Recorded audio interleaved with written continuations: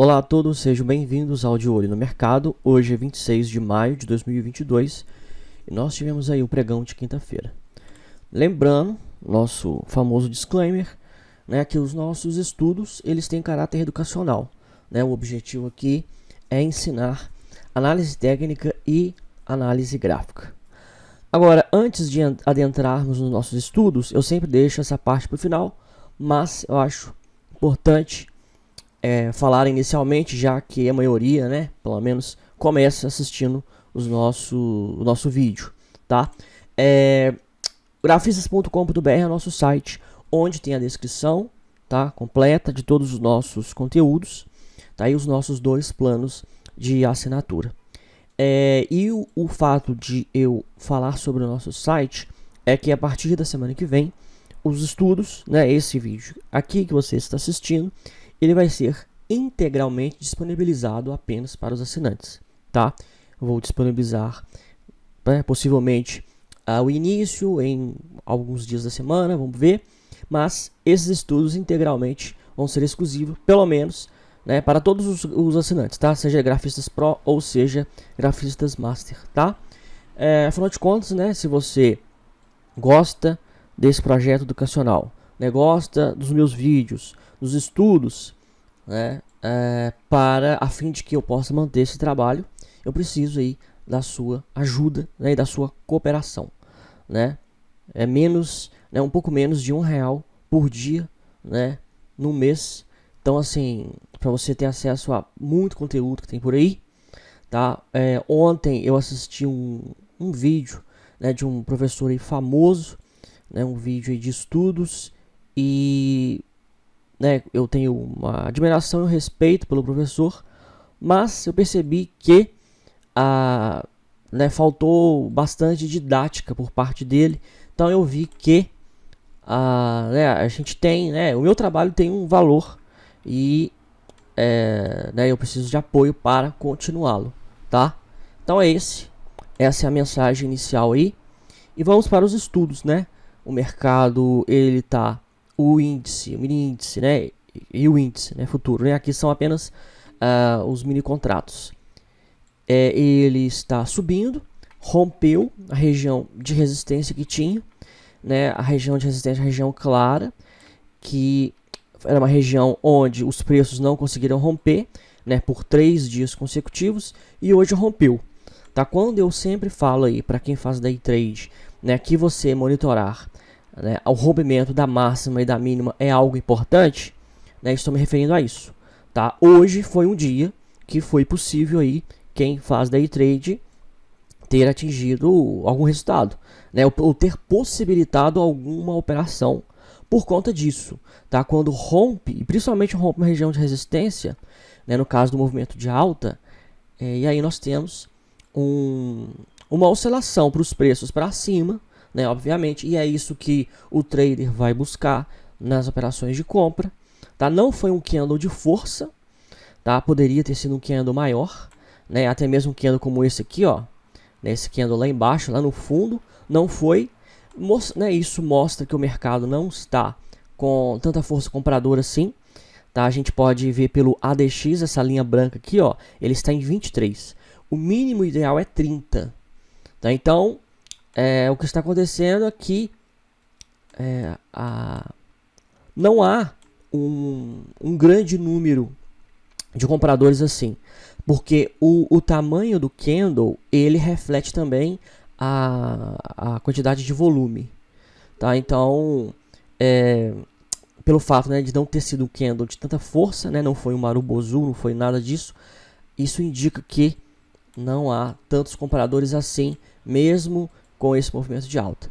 É como se fosse, eu chamo de uma espécie de alta truncada, sabe? Uma alta assim, é como se tivesse, né, pensa num corredor, né, uma pessoa que está correndo, e aí tem uma corda amarrada no corpo da pessoa, e tem uma série de coisas, né, amarrada nessa corda que está no corpo da pessoa. A pessoa, ela está conseguindo, né, caminhar para frente, mas tem uma força muito grande segurando ela para trás, tá? Então é, né, igual aqueles caras lá que pegam lá com o dente, né, aquelas cordas que vão no para-choque de caminhão, aí puxa o caminhão. Tá, o cara conseguiu puxar em alguns metros, mas obviamente, né, o tamanho do caminhão pesa toneladas, né? O cara pesa no máximo 100 e poucos quilos, né? E aí você pode ver, é uma coisa assim, uma situação difícil. Você pode ver que está sendo arrastado. Então, o que a gente está vendo é um preço arrastado, tá? Não é uma dinâmica tão grande e com tanto volume para a gente fazer uma leitura de que trata-se de uma tendência muito forte, né? Até porque também no gráfico semanal os preços eles estão próximos, né, das médias, né, que são resistências importantes, média de 200, tá, do gráfico semanal, média de 20, né, principalmente a média de 200 períodos, né, o DMI no gráfico semanal está baixista e o MACD também. Então, os indicadores do gráfico semanal estão nos dizendo que o preço vai bater aqui e vai voltar a cair. Tá? É isso que estamos dizendo. Porque é o seguinte, quando os preços eles já estão muito próximos das médias, principalmente da média de 20, e aí vai haver reversão, o DI- e o DI+, eles estão muito mais próximos. Tá? E eles estão consideravelmente afastados, mesmo com os preços tão perto assim da média de 20. Tá? Então, eles estão sinalizando que, mesmo com os preços subindo e batendo na média de 200 ou na média de 20, eles vão voltar a cair, porque se o DI-, essa linha vermelha, permanece acima do DI+, é sinal de continuidade da tendência de baixa. Tá?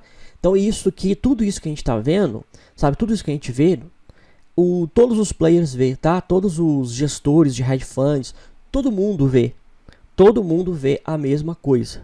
Então, essa leitura que eu faço dessa resistência da média de 200, todo mundo faz. Até os fundamentalistas, né, que olham gráficos, só para ter uma ideia, o que eles fazem? Eles olham o semanal, eles não olham o gráfico diário, e eles olham somente com a média de 200 períodos. Tá? Eu sei porque, né, eu já conversei com gestores, inclusive gestor famoso aí, que me falou sobre isso, né? Eu perguntei se a pessoa tem, se ele usa gráfico, ou ela usa gráfico e tal. E aí a pessoa falou, olha, eu olho o semanal e eu olho com a média de 200 períodos. Né? Essa pessoa me falou. Inclusive uma delas foi a Heloísa Stoxos. Né? Ela é famosa lá no Twitter, tem um curso lá de Valuation, ela é CFA, né? CFO, ela tem um fundo, ela tinha um clube de investimento que virou fundo. Ela foi uma das pessoas que me falaram, né, que ela olha isso, tá? Mas, então assim, né, se os grandes players, né, olham a média de 200 do gráfico semanal, né, a gente, vou ver se eu coloco aqui, gráfico, já que vamos lá, né, deixa eu ver, hein, deixa eu ver se eu coloco aqui, ó, peraí, vamos desse layout aqui, ó. Vamos tentar olhar o que eles olham então. Já que eu falei sobre isso, eu não estava planejando falar sobre isso, mas vamos lá. Gráfico semanal. Tá, vamos deixar a banda de Bollinger. É isso aqui que eles olham. Aliás, tem a média de 3 aqui também, né?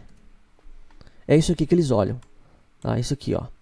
O George Soros, né, um grande hedge fund aí também, gestor de hedge fund. Eles olham isso e a leitura... eles não olham padrões, tá? Abriu um gap de baixa, fechou aqui e tal, não. Eles não sabem olhar padrão gráfico nenhum, nem nada. O que eles fazem? Vamos tirar até a banda de Bollinger também. Vamos limpar esse gráfico aqui, né? A ideia, por que eles olham o gráfico assim no semanal e com a média de 200? A leitura é o seguinte, preços acima da média de 200 estão... em tendência de alta. Essa é a leitura que eles fazem. Uma leitura muito simples. E preços abaixo da média de 200 em tendência de baixa. Tá? Foi no começo do ano passado, o George Soros, né, assim que o SP500, ele acho que foi o SP500, eu não sei se foi o SP500 ou se foi o Nasdaq, ele rompeu abaixo da média de 200 do semanal, ele desmontou uma posição grande. Tá? E eu lembro que saiu a notícia de que ele tinha evitado perder pelo tamanho da posição que ele tinha. Depois que ele saiu, os preços continuaram em queda e ele tinha evitado perder 17 milhões de dólares. Era um negócio assim, tá? Então, essa é a leitura que o pessoal faz, tá? É bull market acima, tá? O chamado bull market, né? Que é quando está em tendência de alta, os preços estão acima, gráfico semanal, média de 200. E bear market quando estão embaixo. E aí, onde nós estamos agora? Nós estamos aqui, ó, indo em direção ao centro. Tá? Uma outra coisa importante é a inclinação da média, tá? E a média está agora flat, né? Flat quer dizer que ela está em linha reta, tá? Porque, né, olha só, quando está em bear market, né, a média cai, quando está em bull market, a média sobe. Tá? Então, assim, são parâmetros muito simples, tá? Mas é para realmente dar uma visão geral mesmo, tá? Dar uma visão geral aí dos ativos. Agora, eu não esperava, né, eu que fosse fazer essa leitura. Então, vamos ficar aqui no gráfico semanal. Vamos, então, olhar, né, já que eu comecei a fazer esse estudo aqui, vamos olhar o que os gestores estão olhando, tá? Vamos olhar. Então, somente o que eles olham, tá? Os grandes players aí, os grandes tubarões que ditam, né, os rumos do mercado. O índice, né, ele está subindo em direção à média e o dólar ele está em queda, né? Ele bateu, está em queda, a média de 200 também está virando, né, ficando flat. E aí ele está abaixo da média. Então, resumindo, os preços estão abaixo, então para eles o dólar está no bear market, tá?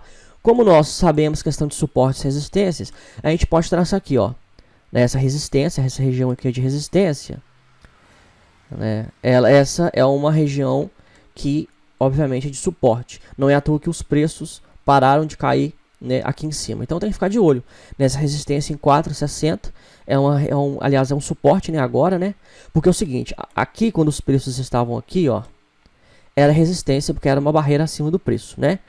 Quando a resistência ela é rompida, ela vira suporte. Ela vira uma barreira para baixo dos preços.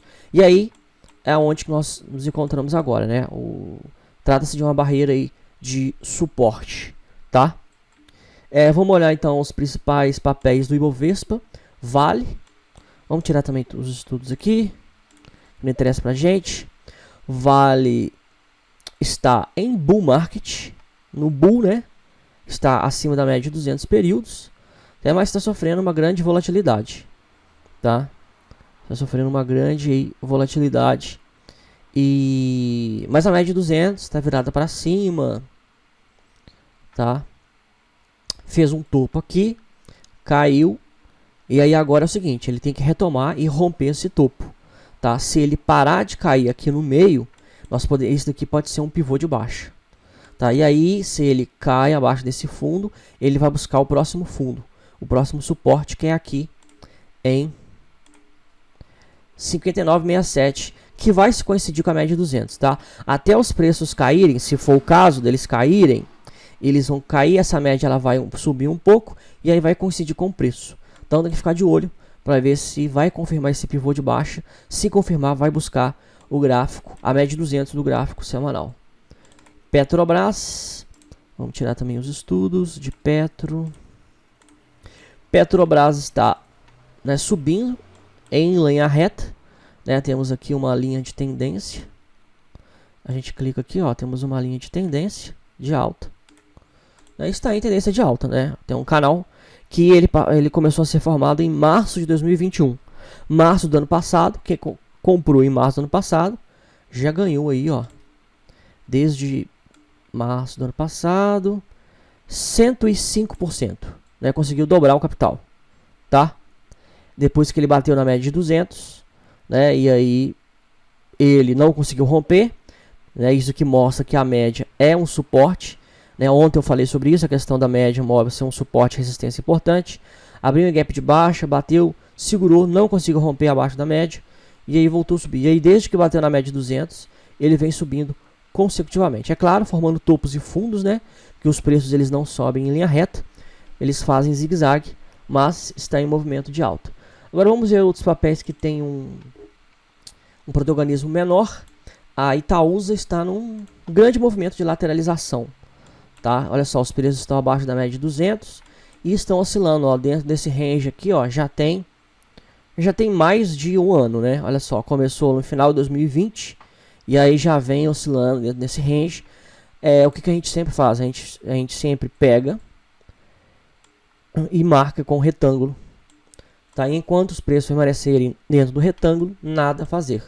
O mercado está muito indeciso em relação aos papéis de Itaúsa, que é a holding aí do Itaú, tá? O Itaú também, olha só, a média de 200 ela também está em linha reta, ela não está mais subindo, e também, ó, topos, vários topos, um do lado do outro, né? Próxima região também, que bateu aqui, ó, no ano de 2019, caiu feio, né? De 2019 para 2020 caiu muito feio, tentou se recuperar, bateu na média de 200, ficou o ano de 2020 inteiro abaixo da média de 200, né? Tentou se recuperar no começo de 2021, voltou, e aí ele ficou oscilando, ó, ficou oscilando acima e abaixo da média de 200, tá? Então, assim, quando ele fica oscilando, isso é sinal que os preços não estão nem em bull nem em bear market, tá? Se você falar, mas está em bull market porque estão acima da média de 200, tá? Mas ele já tentou aqui, aqui, aqui, aqui, ó, todas essas vezes ele tentou subir e não passou dessas regiões, tá? Então, quando isso ocorre, e principalmente com a média de 200 em linha reta, porque se ela estivesse inclinada, há momentos em que o mercado dá uma lateralizada, mas a média está inclinada para cima, né? Não é o caso de agora, a média já está virando. Então, assim, será que é uma virada do mercado? E aí a gente faz uma análise macro, tá? Bem macro mesmo, ó. Né, os papéis de Itaúsa sempre depois do IPO, lá em 93, sei lá, ó, sempre vinha numa crescente, sempre. Bateu na média de 200 do gráfico semanal, ó, poucas vezes. E todas as vezes foram crises, né? Olha só, 2008 para 2009, tá? 2012, né? Principalmente, às vezes é recessão também do setor, né? Setor bancário. Aí voltou a subir, bateu aqui, ó, 2015, 2016, questão também... foi período que a Dilma foi presidente, né? Aí teve o impeachment, e aí isso impactou a bolsa e tudo mais. E aí depois voltou a subir, ó, voltou a subir. 2020, a pandemia, né? Veio para testar de novo, veio abaixo. Tá tentando subir, mas aos trancos barrancos, mas tá em movimento lateral. Então, assim, a média, se você for olhar, vamos tentar traçar aqui um ângulo, quer ver aqui, ó. E vamos traçar uma linha aqui. Se você for olhar, não tivemos outros períodos em que ela ficou tão... Aqui nós tivemos um certo período, aqui, uma certa janela. Mas ela não ficou...